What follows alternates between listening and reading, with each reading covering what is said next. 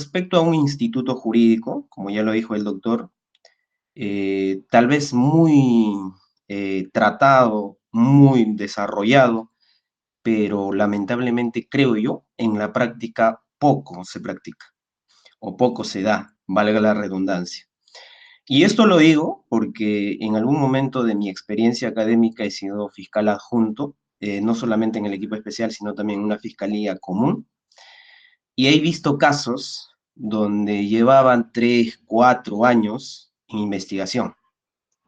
Investigaciones que, por cierto, como simples, como comunes, eh, que ameritarían solamente 120 días y tal vez por ahí otros 120 días más, pero llevaban años. Y lo que llamaba mucho la atención es que no había alguien, o un abogado, un defensor público, que podía controlar, solicitar respecto a este plazo excesivo de investigación. Y hablo, bueno, de mi experiencia en el Distrito Fiscal de Lima Norte. Y yo sé que muchos lo han vivido, yo sé que muchos saben de que si es que no hay alguien que podría solicitar, bueno, desde la fiscalía, es como que, bueno, vamos a decir que nos conviene, ¿no? Porque claro, no hay alguien, un abogado que te esté molestando, entonces, bueno, lo dejan tus casos, a veces solamente priorizas en temas, no sé, que un abogado que esté cuestionándote, ¿no? Entonces, por eso, bajo mi experiencia, yo he visto que esta institución jurídica, de hecho, que desde pregrado sabemos cómo es que se tiene que dar, cuándo tenemos que plantear, pero en la práctica se da muy poco. Bien, en esta tarde vamos a reflexionar respondiendo algunas preguntas que tal vez son muy obvias, pero vamos a plasmarlo en casos prácticos y cómo se tendría que dar los resultados o qué objetivos tendríamos que buscar bajo estas preguntas. Como por ejemplo, vamos a suponer que todos aquí somos investigados, ya sea por un delito común, por un delito complejo y muchas veces por delitos de crimen organizado. Y no sé si a ustedes les ha pasado, pero hay casos en que la investigación es compleja, pero la fiscalía, solo por ganar plazos, lo formalizan o aperturan investigación como crimen organizado. Llega el momento o la segunda etapa, esto es intermedia, y sobreseen respecto al crimen y solamente nos vamos por los delitos fines. No sé si ustedes han visto, yo he visto desde la fiscalía esto. Y a veces solamente para ganar el plazo, dices, vamos a formalizarlo por crimen organizado y luego, bueno, tendremos que sobreseer por este delito y vamos por los delitos fines con una acusación. Y muchas veces pasa esto, para que la fiscalía gane plazo. Es una realidad que tal vez muchos no lo niegan, no lo quieren expresar, pero es lo que he visto, no solamente como defensor, sino desde la fiscalía. Por eso en esta tarde he traído algunas jurisprudencias, algunas interrogantes en las que nosotros podríamos plantearnos bajo ese supuesto en que todos vamos a imaginarnos que somos investigados. Voy a compartir algunas diapositivas y espero que me puedan confirmarme si es que se ve o no. A ver.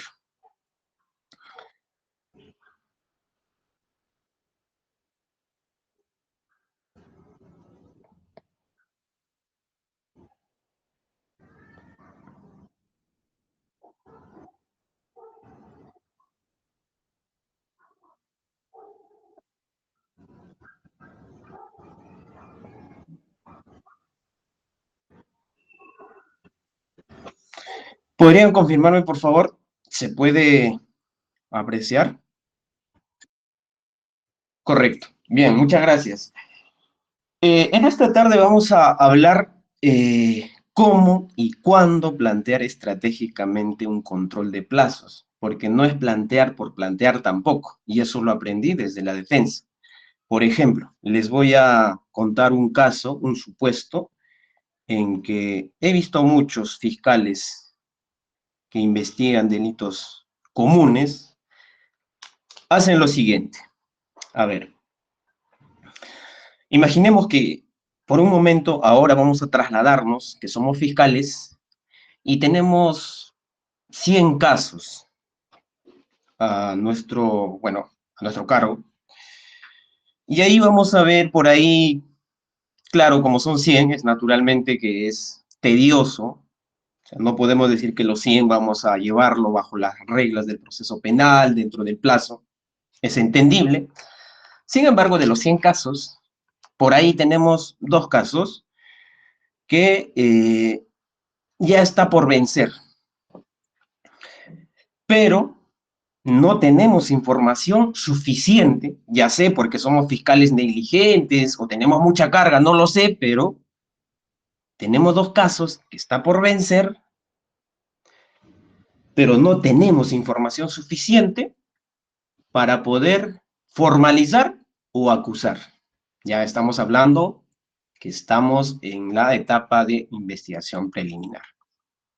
Entonces, probablemente el abogado de la defensa nos va a plantear un control de plazos, ¿no? Primero, cuando estamos en diligencias preliminares, el abogado tendrá que presentarnos un escrito solicitando, nosotros como fiscales, que tenemos que emitir pronunciamiento, porque está por vencer el plazo, ¿no? Y vamos a poner que hoy o mañana vence ese plazo de los 120 días, que sería nuestro plazo de diligencias de investigación preliminar. Entonces, eh, lo más sencillo, ¿qué sería? Si es que la fiscalía te solicita, ¿sabes qué, señor fiscal? Tienes que concluir con la investigación porque el plazo ya se venció o ya está por vencerse, ¿no? Entonces, he visto desde la práctica que lo más sencillo es formalizar. Porque, claro, en caso de que tendríamos que archivar, estaríamos convencidos de que no hay delito, porque probablemente la agraviada podría presentar una queja, una elevación de actuados al fiscal superior, y probablemente el fiscal superior nos ordenaría para seguir investigando, para formalizar. Por lo tanto, desde mi experiencia, yo sé que si aquí hay varios fiscales, me van a darme la razón, para un fiscal es más complejo archivar que formalizar. Porque claro, si es que archivas, hay un control. La agraviada te podría, bueno, podría solicitar una elevación de actuados, entonces el fiscal es más probable que el fiscal superior te va a ordenar a seguir investigando. Entonces, claro, como fiscal para poder archivar tienes que cuidarte, uno, de la agraviada y dos, del fiscal superior. Entonces hay dos controles. Por lo tanto, bueno, tendrías que pensártelo si no tienes una información suficiente, entonces tendrás que formalizarlo. Si es que formalizas, ¿quién te controlaría en la práctica? ¿Quién lo hace? Es más, es una facultad del fiscal formalizar, porque claro, bajo el supuesto de la sentencia plenaria casatoria 1/2017, ¿no? Si es que tenemos sospecha reveladora, que por cierto no sabemos o no hay un estándar objetivo de cuándo estamos ante sospecha reveladora, cuándo ante una sospecha simple, ¿no? Entonces, claro, si yo fuera fiscal, ya el abogado me presentó su escrito solicitándome que tengo que concluir, entonces, sencillo, formalizo mi investigación. Es más, fundamento ahí bajo el artículo 120 del Código Procesal Penal, motivo mi formalización y digo, me faltan 10 diligencias para realizar, los cuales lo voy a hacer dentro del plazo o ya cuando la investigación está formalizada. Más fácil, es el camino fácil. Pero a la larga, dentro de la investigación no encuentro elementos, entonces, ¿cuál sería el perjuicio o cómo esto estaría afectando a mi patrocinado si es que soy defensor? Porque claro, si es que estamos en diligencias preliminares, solamente depende del fiscal. Si el fiscal está convencido, lo archiva, terminó ahí, a lo mucho, bueno, elevarán los actuados al fiscal superior, pero es como que la decisión es solo del fiscal, pero cuando ya formalizamos, la decisión ya no es solo del fiscal, sino en este caso hay un juez que va a intervenir. Bueno, también vamos a requerir más tiempo. el investigado estará ahí esperando, preocupado o estresado, qué es lo que va a salir, cómo van a resolver su caso. Entonces, si es que plantearíamos en diligencias preliminares, lo más probable es que el fiscal lo va a formalizar. Y hay más tiempo, más preocupación, y no solamente sufre estando en un proceso penal la misma persona, sino también sus familiares. ¿Cierto? Entonces, por eso les decía que en un momento vamos a ponernos como investigados y por momentos como fiscales para poder ver cuál sería nuestra respuesta. Entonces, lo más lógico es que si es que planteamos control de plazos de preliminares, bueno, el fiscal lo va a formalizar. Por eso, el título de la conversación de hoy es cómo y cuándo plantear estratégicamente un control de plazos. En este caso, solamente para dar respuesta, y eso también basado en mi experiencia, ¿qué es lo que se tendría que hacer? Lo más lógico o lo que de alguna manera queremos ayudar para que el caso llegue con una decisión fundada, tendremos que tal vez recabar información, al fiscal darle más convicción de que en este caso tiene que archivarlo. Entonces, más allá de que si bien es cierto, no hizo su labor, ya sé por X motivos, pero ya está por vencerse, entonces esperar, brindarle esa información y con ello que probablemente el fiscal archive el caso. ¿Cierto? Entonces, me ha pasado muchas veces y por eso el título es cómo y cuándo plantear estratégicamente un control de plazos. Y personalmente considero que en preliminares no plantearía, a menos, bueno, obviamente eso va a depender de cada caso, pero para mí la regla es no plantear control de plazos en investigación preliminar. Bien, ahora sí, ya a medida que vamos avanzando, vamos a plantearnos ciertas preguntas e iremos conversando también. Igual pueden comentar y los voy a leer. Bien, bajo esta reflexión, vamos a primero ponernos en contexto qué es el plazo, por qué planteamos el control de plazos. Y la respuesta la podemos tener no solamente en nuestro Código Procesal Penal, no solamente en nuestra Constitución, sino esto viene desde normas supranacionales, lo cual establece de que el plazo donde a una persona se le tiene que someter dentro de un proceso penal tiene límites. Por lo tanto, toda persona tenemos el derecho a un plazo razonable, que todos podemos ser investigados, pero esta investigación tiene límites. No es que la fiscalía, el Estado a través de la fiscalía te podría someterte a una investigación ilimitado. Tampoco no te podría someterte a una investigación donde no vas a saber cuándo y cómo van a resolver tu caso. Por eso la Corte Interamericana de Derechos Humanos, una de las sentencias tal vez emblemáticas del año 2006, en el caso López Álvarez versus Honduras, desarrolla, ¿no?, que el derecho al acceso a la justicia implica que la solución de la controversia se produzca en tiempo razonable. Una demora prolongada puede llegar a constituir por sí misma una violación a las garantías judiciales, lo cual encontramos en la Convención Interamericana de Derechos Humanos, artículo 8, numeral 1, donde nos establece, que por cierto esto es un derecho humano, un derecho fundamental, que todos sí podemos ser investigados, que todos podemos ser sometidos en un proceso penal, pero esto tiene que responder bajo ciertas garantías, como por ejemplo el plazo razonable, juez independiente e imparcial. Solo esto validará a un proceso penal respetando estas garantías, ¿no? Entonces, ahí tenemos la protección supranacional, no solamente de nuestro Código Procesal Penal, no solamente de nuestra Constitución, sino esto viene desde mucho más arriba, se podría decir, que es la Convención Interamericana de Derechos Humanos.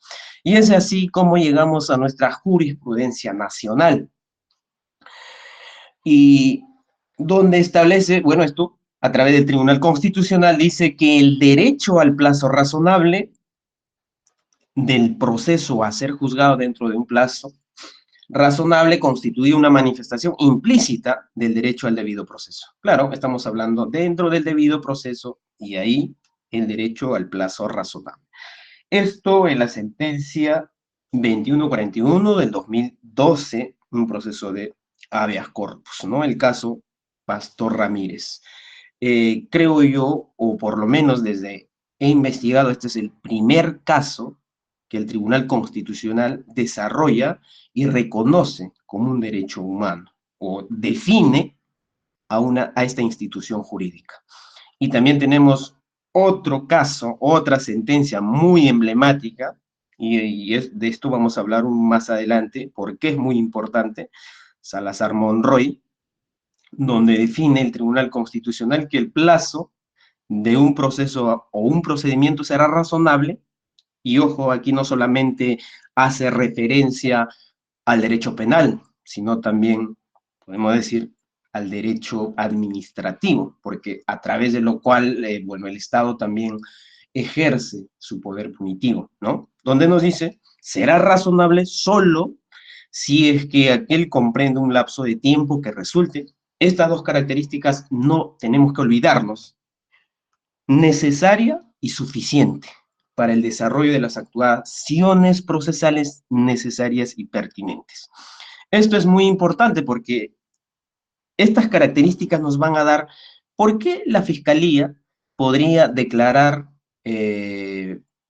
compleja, y si es compleja, por qué podría prolongar el plazo por otros 8 meses más. Podría ser 4, podría ser 5, podría ser 3, podría ser 1, ¿no? Entonces, si es que este plazo, si es que la Fiscalía dice, tengo una investigación compleja, donde tengo 10 investigados, hay 4 delitos, ¿no? Entonces, necesito realizar 20 diligencias más. Ya me venció los 8 meses, pero me falta que declaren 8 testigos más, correcto. Entonces, para los 8 testigos, ¿será necesario los 8 meses? Probablemente podría darse esa declaración en un mes. ¿Un mes será suficiente? Esos son los criterios que se tendrá que analizar en cada caso. No porque sea compleja, vamos a permitir al fiscal de que, bueno, es una investigación compleja, entonces, como la norma me permite, voy a prolongar por otros 8 meses más. O sea, no funciona así de manera automática.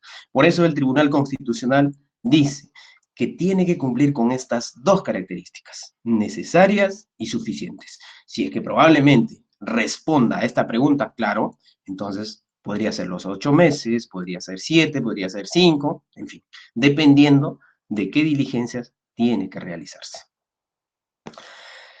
Y con todo ello podemos definir, y esto es la doctrina, lo define, ya a este instituto jurídico de control de plazos, que es una modalidad específica de la tutela de derechos, porque también a través de este instituto vamos a velar los derechos del imputado. Por eso no deja de ser una tutela de derechos. El proceso penal tiene etapas claramente definidas y limitadas en el tiempo, especialmente la de la investigación preparatoria, que tiene un determinado plazo de acuerdo a la complejidad de los hechos que se investigan. El fiscal debe adecuar la investigación al plazo que la norma indica, y en el caso de que se exceda, la parte que considera afectada podrá instar el control de plazo. La definición clara, creo que respecto a esto no podemos tener problemas en entender de cuándo, cómo se tiene que plantear este control de plazos. Y así también, para poder reforzar, hay un expediente 1130 del 2019, ¿no? Del primer juzgado de investigación preparatoria de la Corte Superior de Justicia, Tumbes, define, ¿no? El control de plazo no es otra cosa que el control procesal, constituido como mecanismo procesal para controlar la actividad persecutoria del Ministerio Público, especialmente cuando afecte derechos fundamentales. El control de plazos, así como la tutela de derechos, es como que al abogado defensor le da armas que tal vez con estos institutos jurídicos es que podemos ver la materialización del derecho a la igualdad de armas. Por ejemplo, la fiscalía, al momento, cuando investiga, vamos a poner un ejemplo de organización criminal, sí o sí tendría que recabar información, solicitar al juzgado para que autoricen el levantamiento de secreto de comunicaciones. Es una facultad del Ministerio Público, pero como parte no podrías hacer ello. Si es que quieres esa información, si es que quieres recabar como elemento de descargo, lo primero que tienes que hacer, ir a la fiscalía. Y la fiscalía lo hará, si es que quiere también, ¿no? Porque muchas veces te deniegue la fiscalía. Pero cuando hablamos del control de plazos, no tienes que ir a la fiscalía. De frente te vas al juzgado, ¿cierto? Entonces, para mí, este instituto jurídico es como que a los abogados nos da ese poder, esa arma para poder controlar al Ministerio Público, para que el Ministerio Público pueda tener límites. Imagínense si no tendríamos este instituto. La Fiscalía tendría años investigando, si es que nosotros plantearíamos control de plazos y no, y primero o solo tendríamos que pedir al Ministerio Público, bueno, tal vez nos daría la razón, muchas veces no, pero en este caso nos vamos directo al juez, por lo tanto, para mí es cuando se materializa este derecho o esta garantía procesal que mucho se menciona, que es la igualdad de armas, ¿no? Por eso es un mecanismo procesal para controlar la actividad persecutoria del Ministerio Público. Ahora, el control de plazo como derecho también podemos ver en la casación, ya esto, la Corte Suprema, en la casación 528-2018, nacional, ¿no? Donde define como un mecanismo de protección de derecho al plazo razonable, contenido explícito de la garantía del debido proceso. Porque si hay una vulneración al plazo razonable, esto se entiende o también hay una flagrante vulneración al debido proceso, que despliega su eficacia durante la investigación. Claro, por cierto, no podemos plantear control de plazos cuando ya estamos en etapa intermedia o cuando estamos en juicio oral, que por cierto la etapa intermedia no hay plazos establecidos, tampoco en juicio oral, ¿no? Por eso el control de plazos es un mecanismo propio de la etapa de investigación preparatoria. Y así podemos ver los plazos establecidos en nuestro Código Procesal Penal. Etapa de investigación preliminar. En casos simples, vamos a tener 60 días que pueden ampliarse por otros 60 días más. En complejos, 8 meses. Crimen organizado, 36 meses.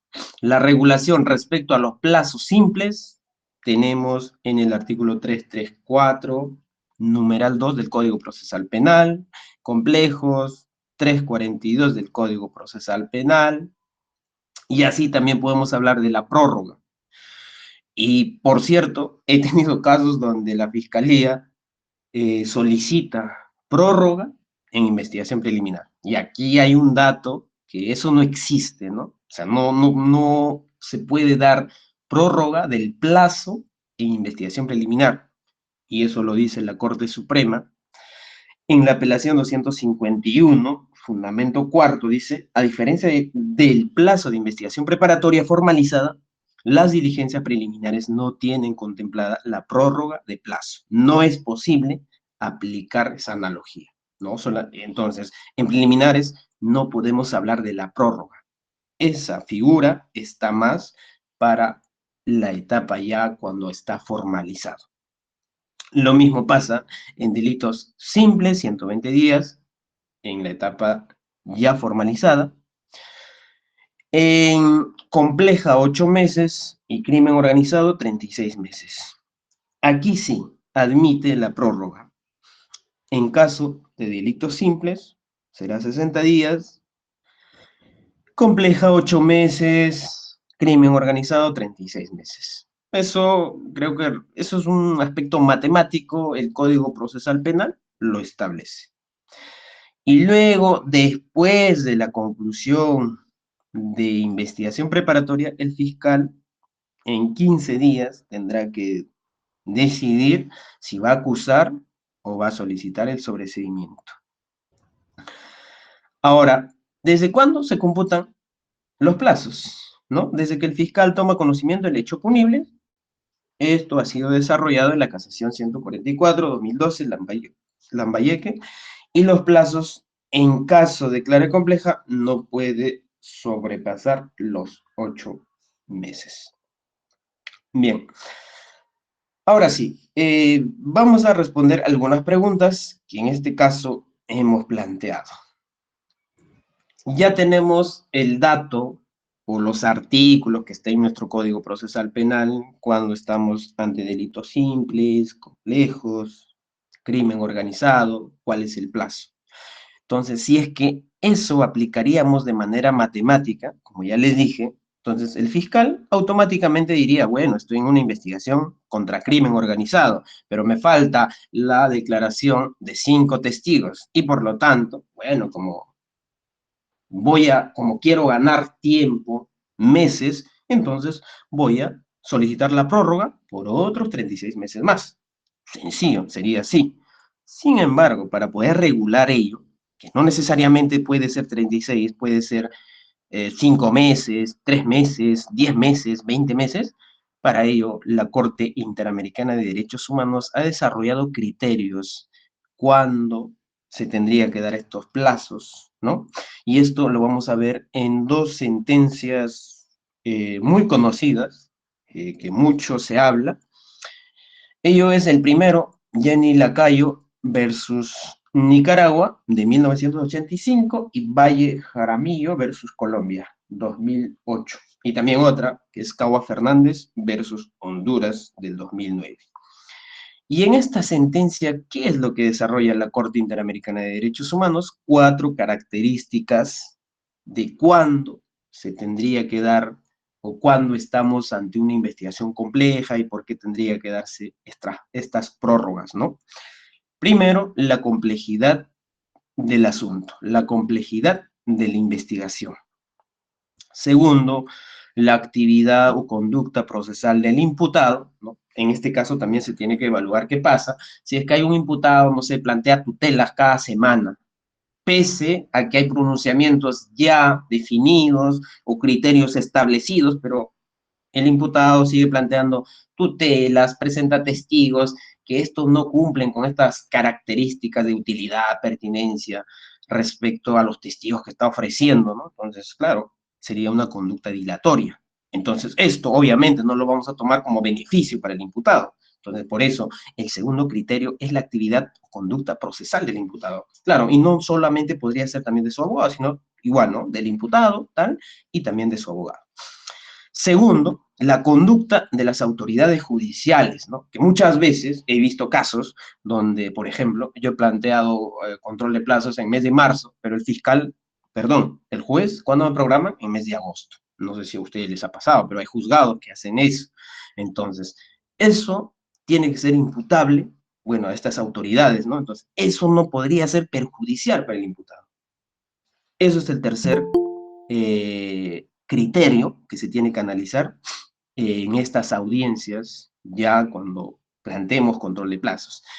Y el cuarto es la afectación generada a la situación jurídica de la persona involucrada en el proceso. Claro, porque una persona siendo investigado por un proceso penal no es que vive tranquilo, no es que les gusta que esté sometidos a una investigación penal. Bueno, si hay alguien que le gusta eso, no creo que sea normal, ¿no? Entonces, a todos, si es que estaríamos investigados, nos preocuparía, nos estresaría. Entonces, también es un criterio a tener en cuenta bajo estas sentencias de la Corte Interamericana de Derechos Humanos. Y aquí también se habla del 10Q y ASKIEM, es simplemente el inicio y el fin, solamente como un dato, ¿ya?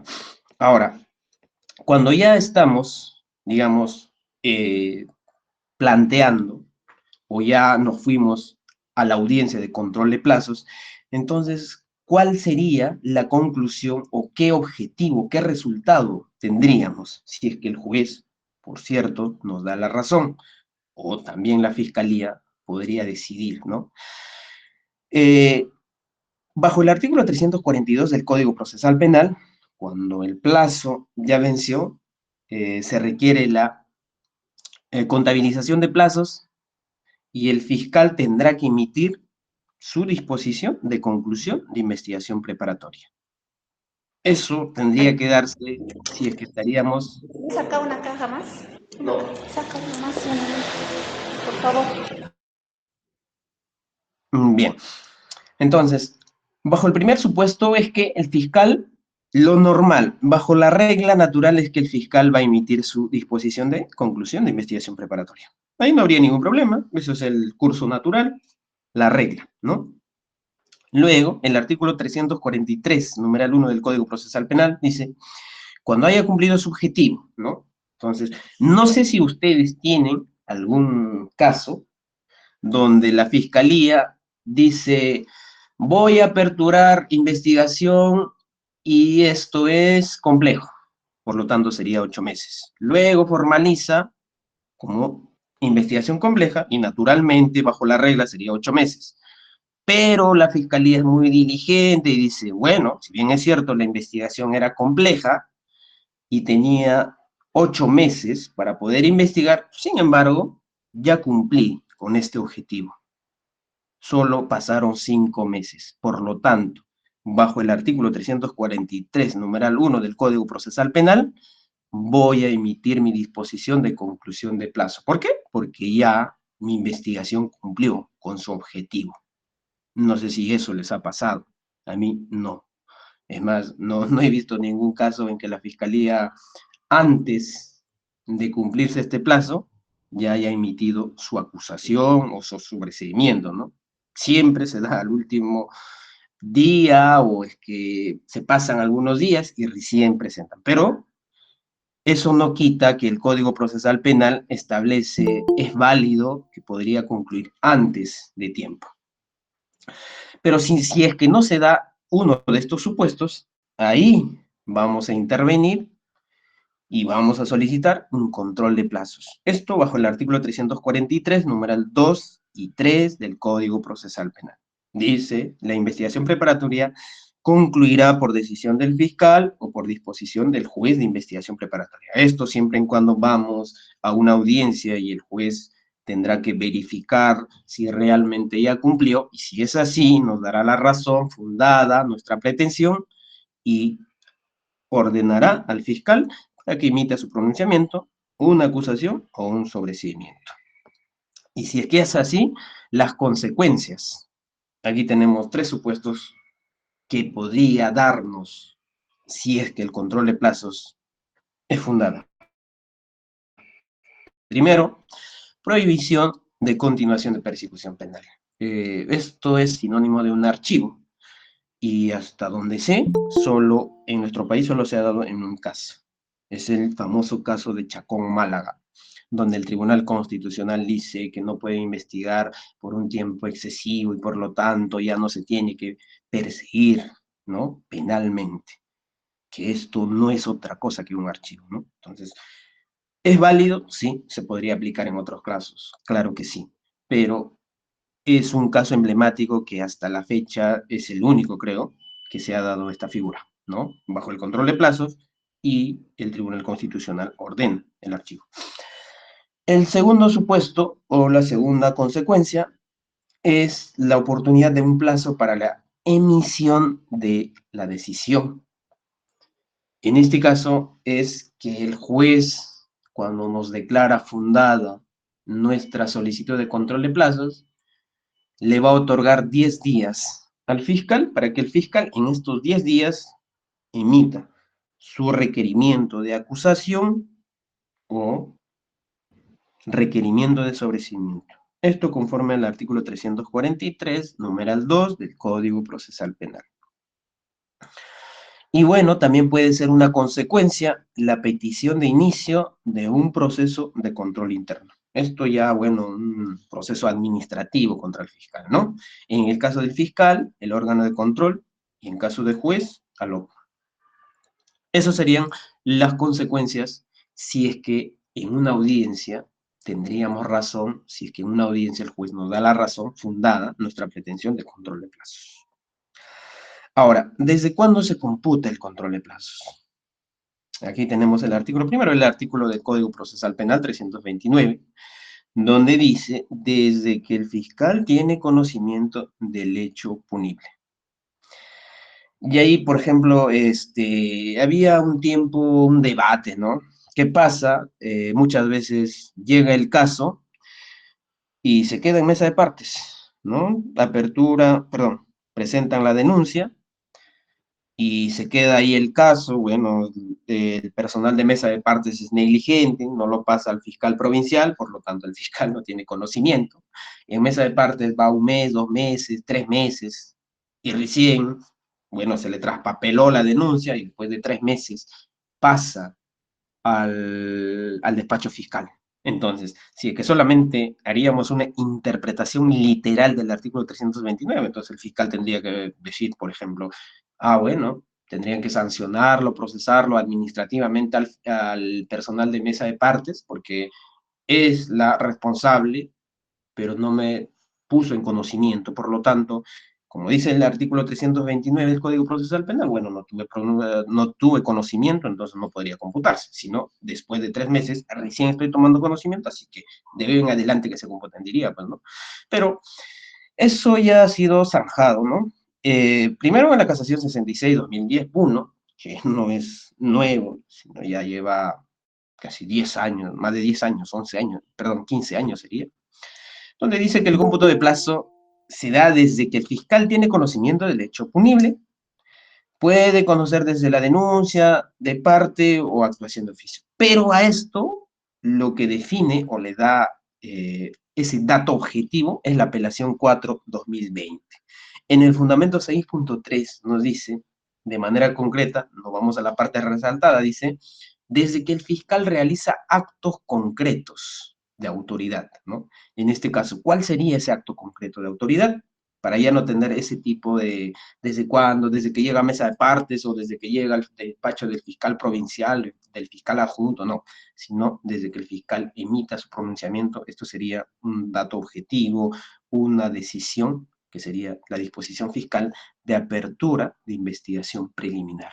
Entonces, esta apelación ya deja claro, ya nos da dato objetivo desde cuándo se tendría que computar estos plazos establecidos ahí en el cuadro anterior que hemos visto, que están en el Código Procesal Penal.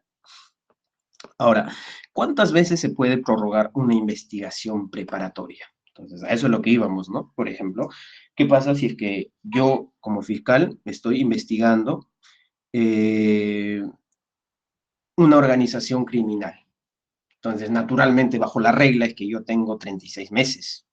Entonces, por ahí me faltan algunas diligencias, tal vez quiero recabar información porque tengo autorización del Poder Judicial de levantamiento de secreto de comunicaciones, entonces estoy recabando, solicitando, oficiando a las operadoras telefónicas, Claro, Vitel, Movistar, ¿no? Entonces, estas operadoras no me responden, hay una demora ahí, pero ya está por cumplir mis 36 meses. Entonces, tendría que solicitar o la prórroga.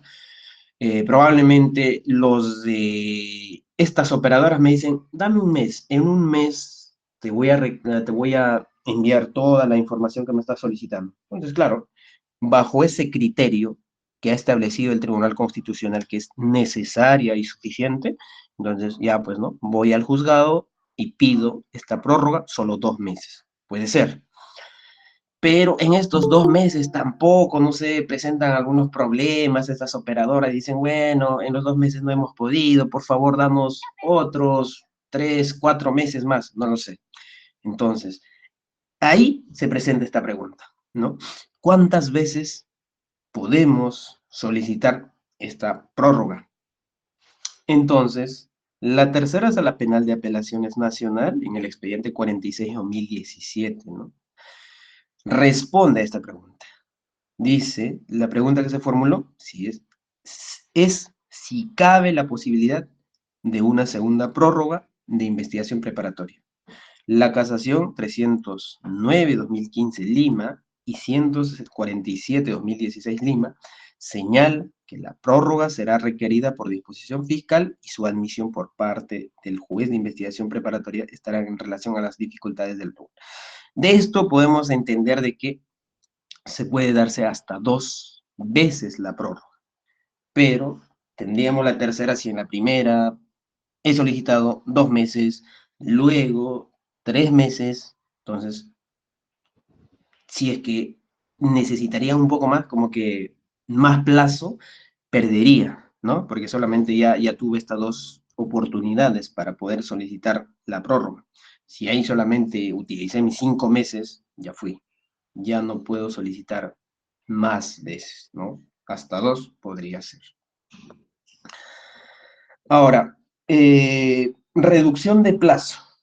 El hecho de que podamos hablar de un fiscal eficiente, que el fiscal pone toda su atención a un caso, por lo tanto este caso termina antes de tiempo. Sin embargo, hay ciertas diligencias en que la defensa ha solicitado, pero la fiscalía bajo el pretexto, obviamente actuando de mala fe, cierra la investigación antes de tiempo.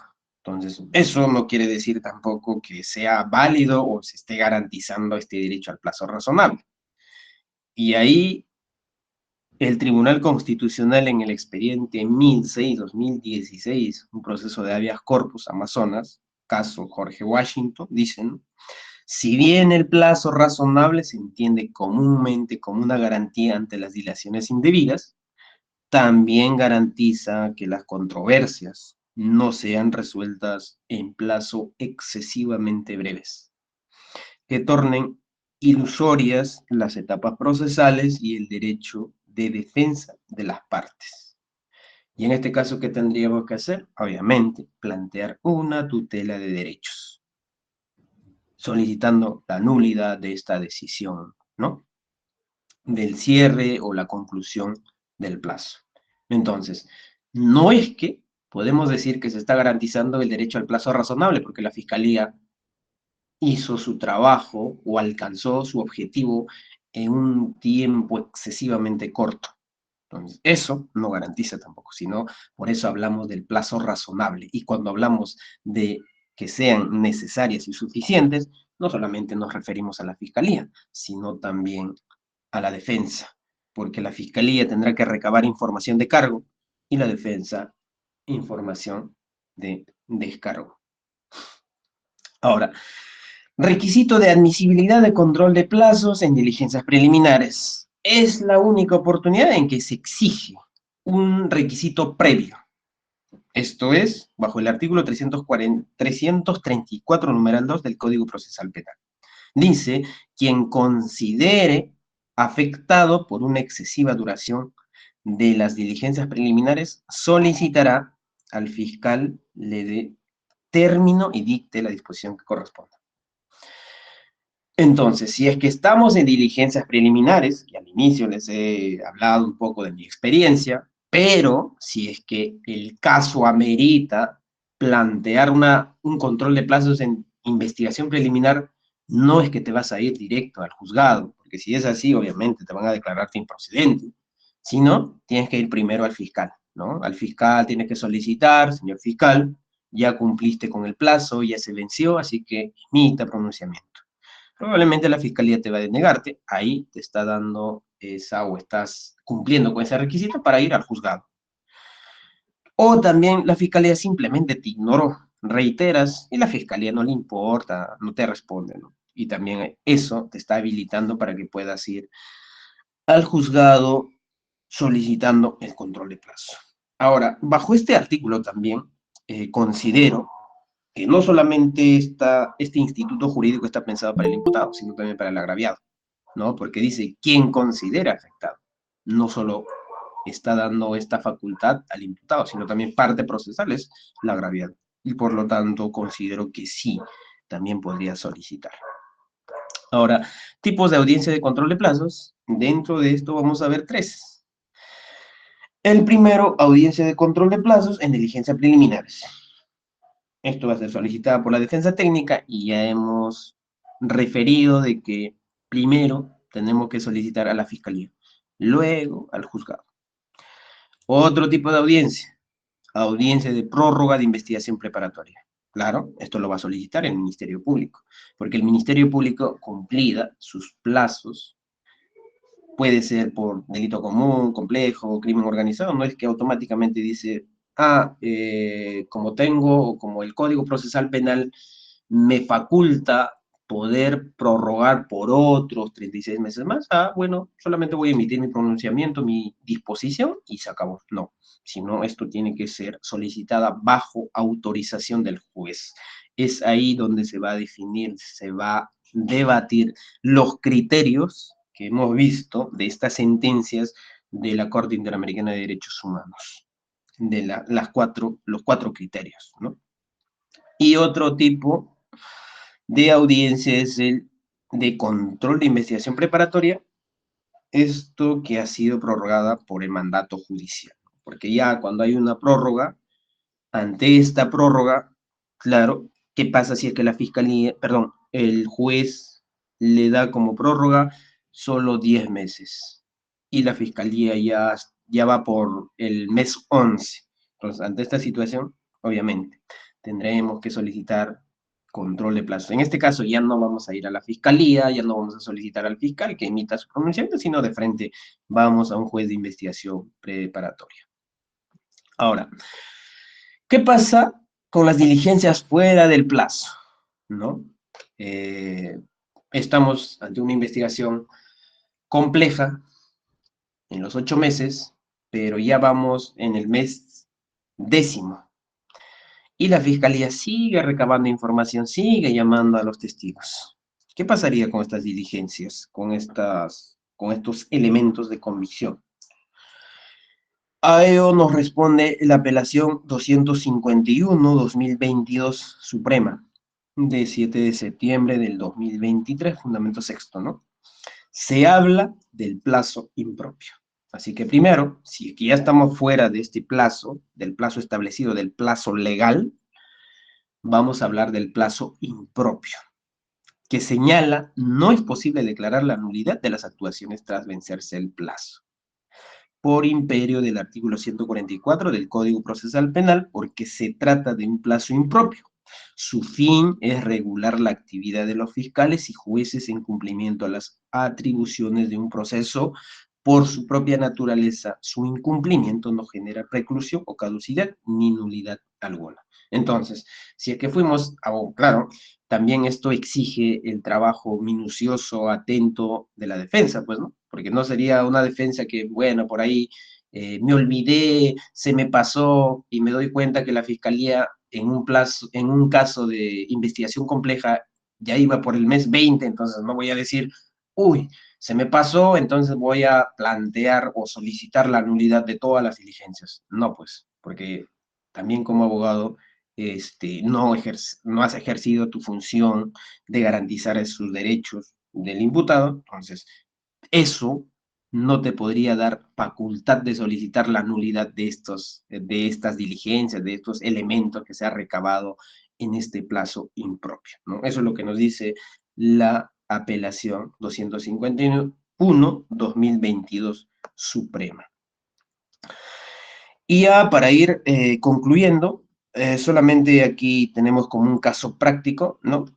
En caso de los delitos comunes, ¿no?, que vamos a tener 120 días, los cuales podrían prorrogarse por otros 60 días.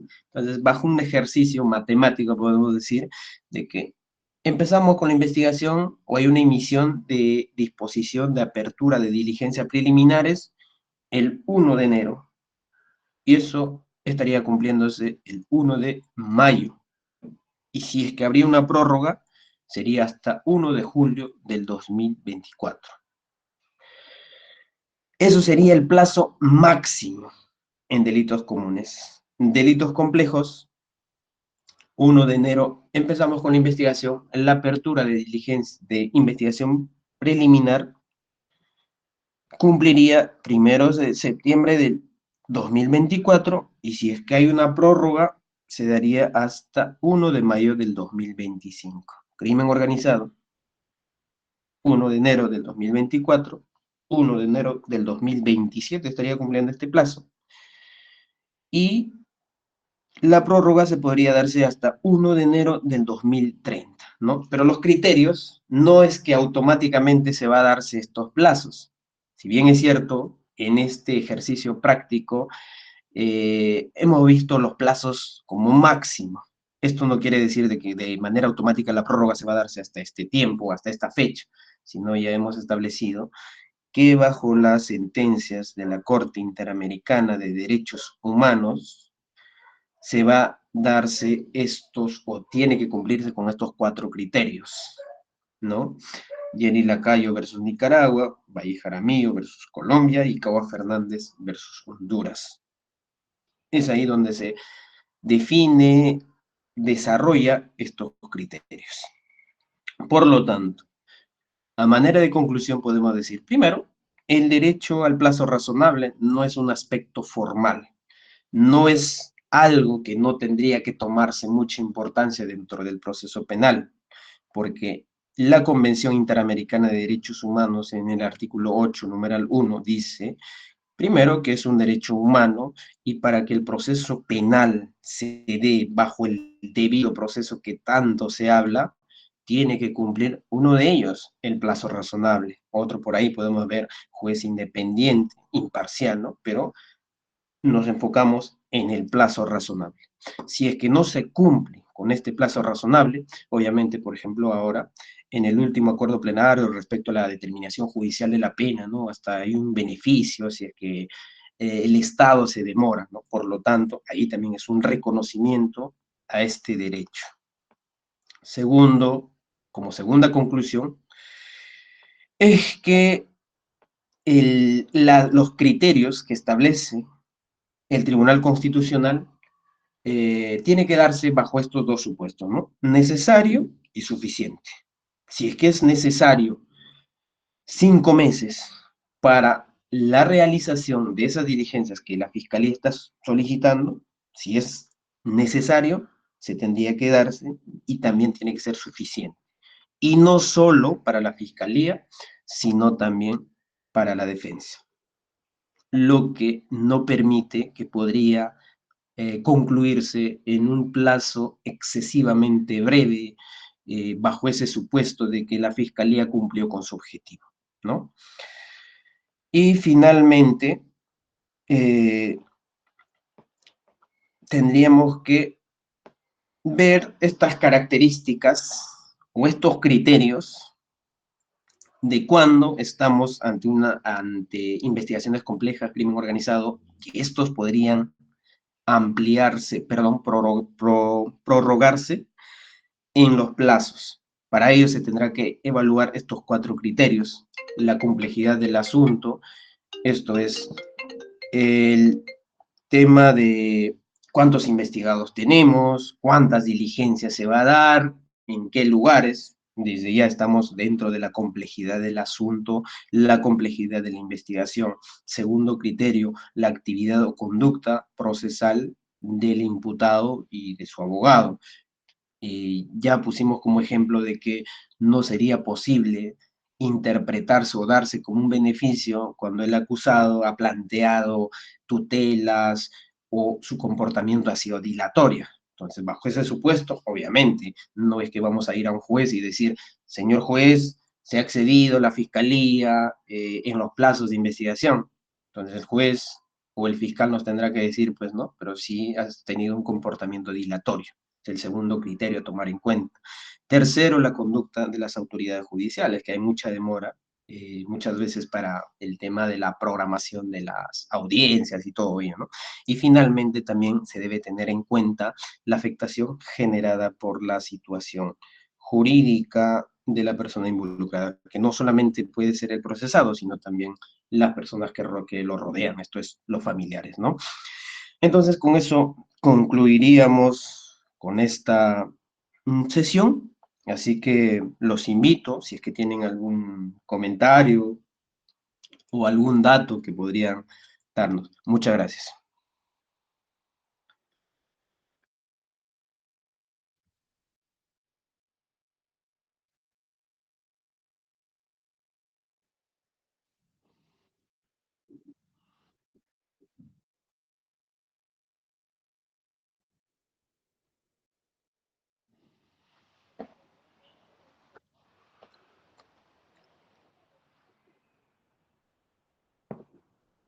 A ver, doctor, disculpe, no le escuché bien. ¿Podría repetirme la pregunta?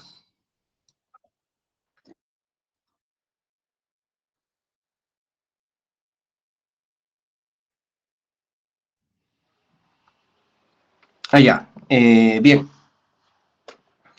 Si es que lo que ha generado, no sé si es así la pregunta, pero en caso de que sea el responsable, el juez de investigación preparatoria, no sé, entiendo que por la demora en la programación de las audiencias, entiendo es así, esto solamente podría acarrear una responsabilidad administrativa, ¿no? Entonces, en este caso, habría un proceso disciplinario, un proceso administrativo ante el OCMA, o también al fiscal ante el control interno, porque de manera procesal que esto podría darse sí o no, no es tanto, pero en el único caso que se ha archivado es el caso de Chacón Málaga por el Tribunal Constitucional, pero en concreto a la pregunta sería solamente acarrearía una responsabilidad administrativa, tanto al juez y a la fiscalía, ¿no?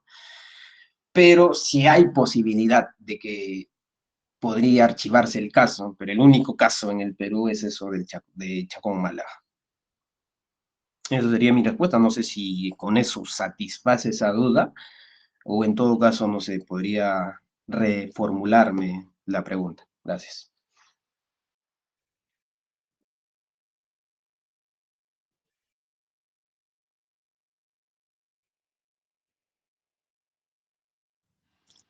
Bien, el control de plazos es propiamente de la investigación preparatoria. Es más, dentro de o la etapa intermedia no tiene plazos establecidos. Por lo tanto, este instituto jurídico es propio de investigación, ¿no? Llámese investigación preliminar y propiamente como formalizada.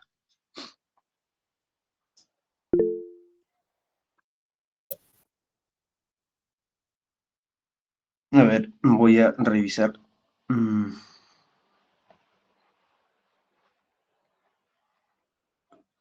Doctora Zaida dice, a ver, las diligencias dispuestas en investigación preliminar, ¿se puede volver a mencionar en la formalización?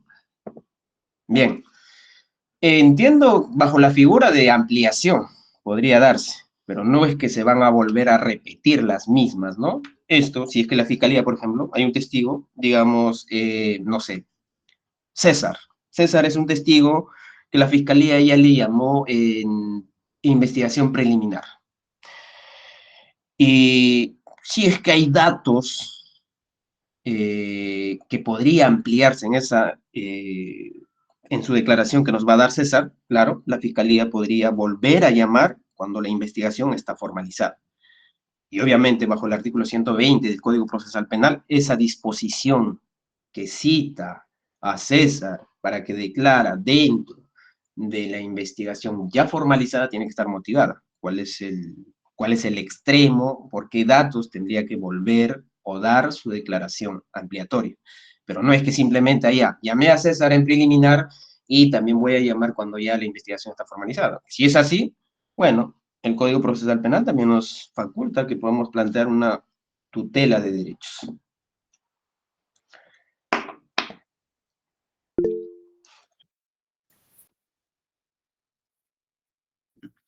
Gracias, doctor. Sí, Sí, doctor, le escucho. gracias, doctor. Hemos estado escuchando atentamente la ponencia. Felicitarle primero por esta exposición y plantearle algunos temas, doctor, que es importante. A veces estamos compartiendo estos espacios académicos y eso alimenta, ¿no?, nuestros conocimientos adquiridos y que día a día además vamos aprendiendo dentro del ejercicio como de la abogacía, ¿no?, en distintas tribunas, fiscal, juez, defensa, etc. Doctor, en efecto, justo una pregunta anterior hacía referencia a que si en intermedia o en juicio, y usted también lo ha manifestado, se puede plantear el control de plazo. Y por ahí va un poco mi comentario y luego lo voy a solicitar una opinión, estimado doctor. Si bien es cierto, ya usted ha desarrollado, ¿no?, el control de plazo, cuando se da, con una audiencia, etcétera, entendamos o debemos partir principalmente de que pues justamente este control de plazo se activa porque el proceso en sí, bueno, has tocado la investigación preliminar y preparatoria, están establecidos de plazos, ¿no? Y no es ajeno a esto la etapa intermedia y el juzgamiento. Tanto es así que, por ejemplo, el artículo 345, cuando nos habla del control de requerimiento y sobreseimiento, nos señala, ¿no? Es más, desde la conclusión, ¿no?, ya el código nos señala de que hay tanto de plazo para que te pronuncies en casos comunes, en casos simples y tanto en casos complejos. Igual, para la audiencia, presenta ese requerimiento y sigue hablando de plazo, ¿no? Se correrá traslado por el plazo de 10 días. Dentro de este plazo, las partes podrán hacer observaciones formales, sustanciales, etc. El numeral 4 propiamente del artículo 345, por ejemplo, señala, ¿no?, entre el requerimiento de sobreseimiento y la audiencia que resuelve lo pertinente, no puede transcurrir más de 30 días y en casos complejos señala que no puede transcurrir más de 60 días. Fíjese, ya nos está estableciendo la norma plazos para que se desarrolle la etapa intermedia. Esto respecto al sobreseimiento. De igual forma, respecto a la acusación, el artículo 351, también en su numeral 4, nos señala, ¿no?, si la audiencia es suspendida, la siguiente sesión deberá realizarse en un plazo no mayor de 8 días hábiles, y también nos especifica que entre el requerimiento acusatorio y la emisión del auto que resuelve no puede transcurrir más de 40 días en casos complejos y de criminalidad organizada no debe exceder de 90 días. Entonces, de igual forma, incluso en el juicio oral también siempre está estableciendo plazos perentorios, preclusorios, ¿no? Entonces, la pregunta, doctor, quisiera un poquito tal vez en su experiencia, tanto como se ha desempeñado como fiscal, como abogado y en su experiencia académica, ¿cuál sería el mecanismo, ¿no?, para hacer valer estos derechos? Porque incluso, por ejemplo, en el caso del juicio, por ejemplo, para la deliberación de la sentencia, el artículo 392, en su numeral 3, por ejemplo, señala, ¿no?, transcurrido el plazo sin que se produzca el fallo, el juicio deberá repetirse ante otro juzgado sin perjuicio de las acciones por responsabilidad disciplinaria que corresponda. ¿Y cuál es ese plazo? En el numeral 2 de este mismo 392 del Código Procesal Penal nos señala, ¿no?, la deliberación no podrá extenderse más de 2 días ni podrá suspenderse por más de 3 días en caso de enfermedad del juez o de alguno de los jueces del colegiado. Y en los procesos complejos, el plazo es el doble, dice. Eso es el tiempo para que se emita la sentencia correspondiente. Y si no se hace, señala la norma que debe repetirse, es decir, se estaría anulando todo el juicio con responsabilidad disciplinaria del magistrado o magistrados en caso de colegiado. Entonces, la pregunta, doctor, lo que pasa es que efectivamente, conforme usted ha expuesto, en la práctica, normalmente los plazos, el control de plazo se insta en preliminar, en preparatoria, ¿no? También durante el ejercicio de mi profesión como abogado no he visto que en intermedia se haga valer este derecho o se haga respetar, si es que se quiere, estos plazos que también establece la norma, ¿no? Normalmente en intermedia, que te programa audiencia para acá a medio año, lo suspenden otros 3, 4, 5 meses, lo vuelven a suspender. Y del mismo modo en el juicio oral, ¿no? Termina todos los alegatos y las sentencias hay veces te emiten en 3 meses, en 5 meses, hasta en un año, sin exagerar, le digo, he visto en la práctica judicial. Entonces, la pregunta es si hay mecanismos para hacer respetar este derecho, porque valga la justificación de los magistrados, y no es ajeno a nosotros, siempre se justifica con la carga procesal, ¿no? Es que la carga procesal no nos permite. Obviamente, eso en todas las entidades del Estado, usted ha sido fiscal y sabe, ¿no?, que muchas veces el tema administrativo, la logística, no nos permite actuar respetando todos estos plazos que la norma los establece de manera clara. ¿Cuál sería, doctor, su opinión? Si hay un mecanismo, ¿no?, para hacer valer estos derechos, tanto de intermedia, de juicio oral, respecto a los plazos procesales. Gracias de antemano, estimado doctor. Le agradezco, doctor, por sus comentarios, y sí es una problemática que se da muy recurrente. Los comentarios que usted dio, por ejemplo, el tema de que a veces dan el adelanto de fallo y después de un año reciente notifican la sentencia, eso no es alejado de la realidad. Yo también he visto varios casos. Bueno, pero si es que hablaríamos de un fundamento, esto empezaríamos desde la Corte Interamericana de Derechos Humanos, la Convención Interamericana de Derechos Humanos, porque como tal, en esta convención no dice de que solamente el proceso penal termina en investigación preparatoria, porque ahí dice de que toda persona tiene como un derecho humano, este es el plazo razonable, y está refiriéndose a todo el proceso penal, incluyéndose investigación intermedia y juicio oral. Entonces, entiendo que por ahí hay vacíos en nuestro Código Procesal Penal, se requiere de una reforma. Lamentablemente, es más, en los artículos que usted ha citado, doctor, es como que son limitadas. Y es más, por ejemplo, he citado también jurisprudencia de la Corte Suprema, del Tribunal Constitucional, que nos limitan que este instituto jurídico solamente se podría plantear en investigación preparatoria. Ahora, si bien es cierto, hay plazos, como por ejemplo, para que el fiscal pueda emitir su pronunciamiento, si es una acusación, si es un sobreseimiento, respecto cuando emplaza el requerimiento acusatorio para que las partes puedan dar sus observaciones. Es más, cuando el fiscal devuelve la acusación, también le da un plazo, y así en juicio oral de los días que no podrían excederse. Sin embargo, a veces, primero, en juicio oral, si es que estaríamos ante una investigación o ante un caso de crimen organizado, probablemente vamos a tener, por ejemplo, en el caso de Keiko, creo que había como 4.000 testigos, ¿no? Imagínense, en ese caso, ¿cuánto tiempo duraría el juicio oral? Y más allá de que de una audiencia a otra no podría excederse los 8 días, ¿no? Entonces, probablemente, y es ahí, también el Tribunal Constitucional habla de necesaria y suficiente. Entonces, probablemente si yo fuera un defensor o estaría participando en ese caso, o en otro caso similar, entonces podría decir, bueno, quiero contrainterrogar a este testigo y por lo tanto toda una sesión yo lo voy a hacer, ¿no? Eso sería con el primer testigo. Entonces imagínense en 4.000 testigos.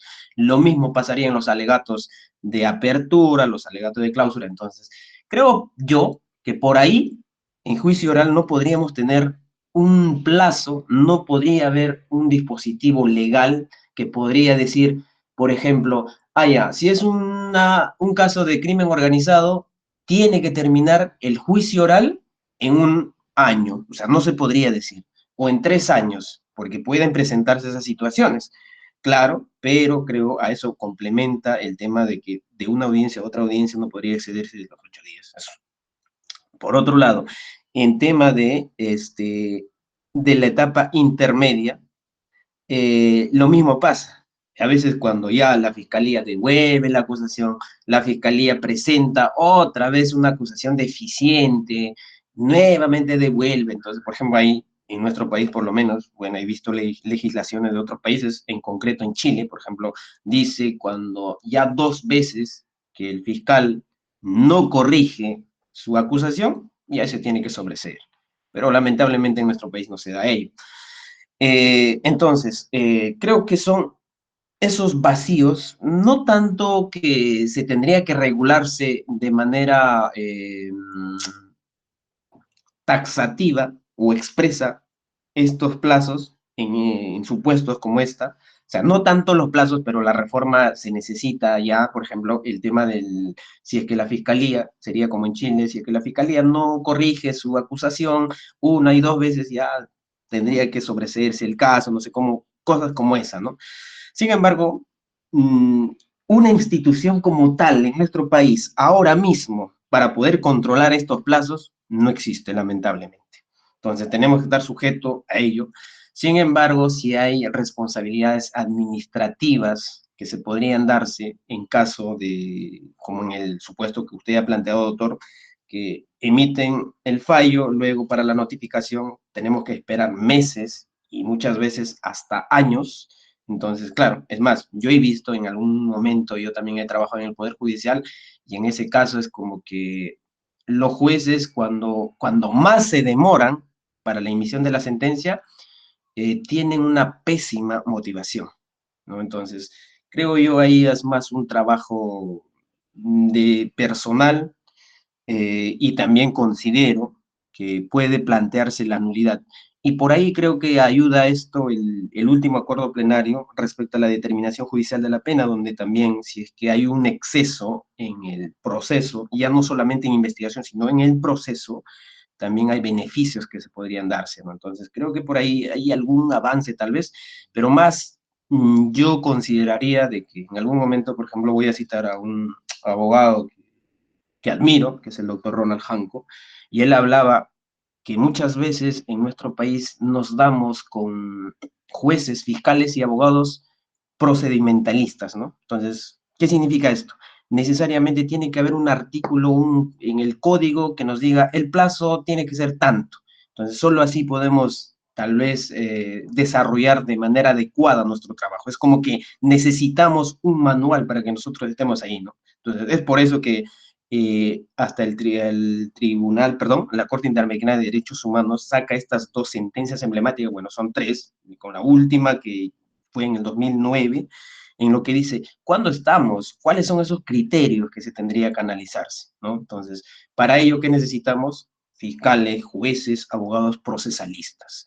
Para ello, no solamente necesitamos un artículo que nos diga un límite, sino debemos tener criterio, sentido común para también emitir estos pronunciamientos, ¿no? El hecho de que nos podría decir plazo razonable o la carga procesal, o sea, no es que con eso me voy a demorarme años, ¿no? Entonces, creo por ahí se tendría que darse una reforma, pero no una reforma en el sentido de que haya unos artículos que nos establezcan plazos como tal, no tanto así, sino una reforma respecto a estos institutos jurídicos. Ya dije, ya mencioné respecto en que si el fiscal no corrige, no presenta una acusación buena, entonces ese caso debería de sobreseerse, ¿no? Situaciones como esa, creo yo, podría ayudarnos.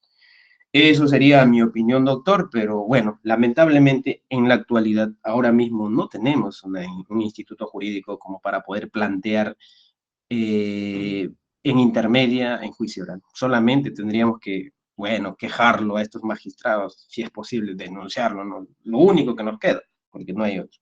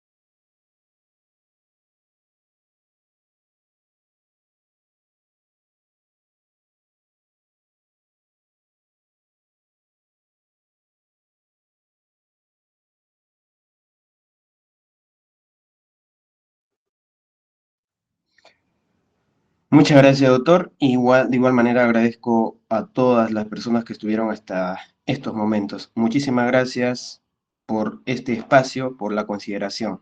Buenas noches.